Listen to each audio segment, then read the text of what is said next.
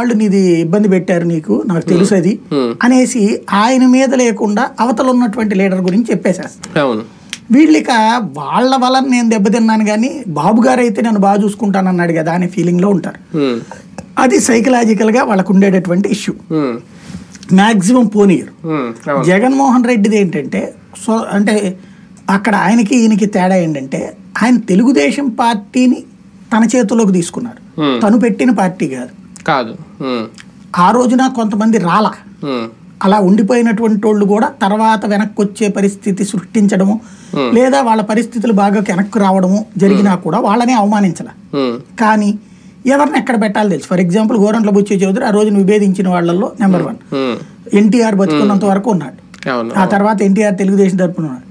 ఆ తర్వాత వచ్చిన గోరంట్ల బుచ్చి చౌదరి క్రిందటిసారి గెలిచాడు.